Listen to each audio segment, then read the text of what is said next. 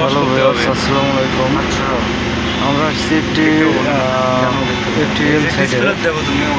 এখানে যে volt rectifier আছে জেনারেটর চালানোর জন্য জেনারেটরের লোড কম ফলানোর জন্য যে সেটিংসগুলো করতে হয় আমরা আজকে তা দেখাবো। মনে করো যে 50-60 করলে তাহলে খালি সাইড আপ করবে, ব্যাটারিতে চার্জ নেবে না, তখন তেল কম খাবে। দেখলে বুঝতে পারবেন এখানে ব্যাটারি ক্যাপাসিটিটা কমানো হচ্ছে, চার্জ ক্যাপাসিটি কমানো হচ্ছে।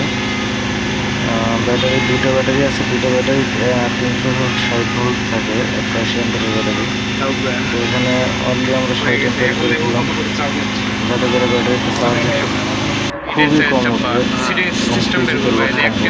এবং চার্জ কারেন্ট লিমিটটা এটাও কমাই দিচ্ছি। মূলত থাকে 25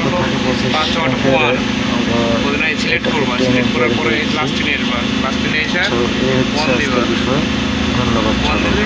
ঢুকে যাবে ব্যাটারি সিটিং, মানে সব সিটিংয়ে আছে। এখানে ব্যাটারি সিটিংয়ে ঢোকার পরে চার্জ সিটিং নিয়ে আসবে, চার্জ কারেন্ট লিমিট। এই যে চার্জ কারেন্ট লিমিট 10, বুঝলেন না? এটা 20 থেকে।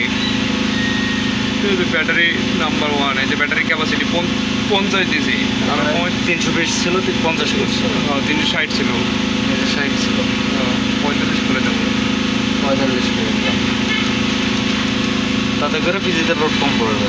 এক একটা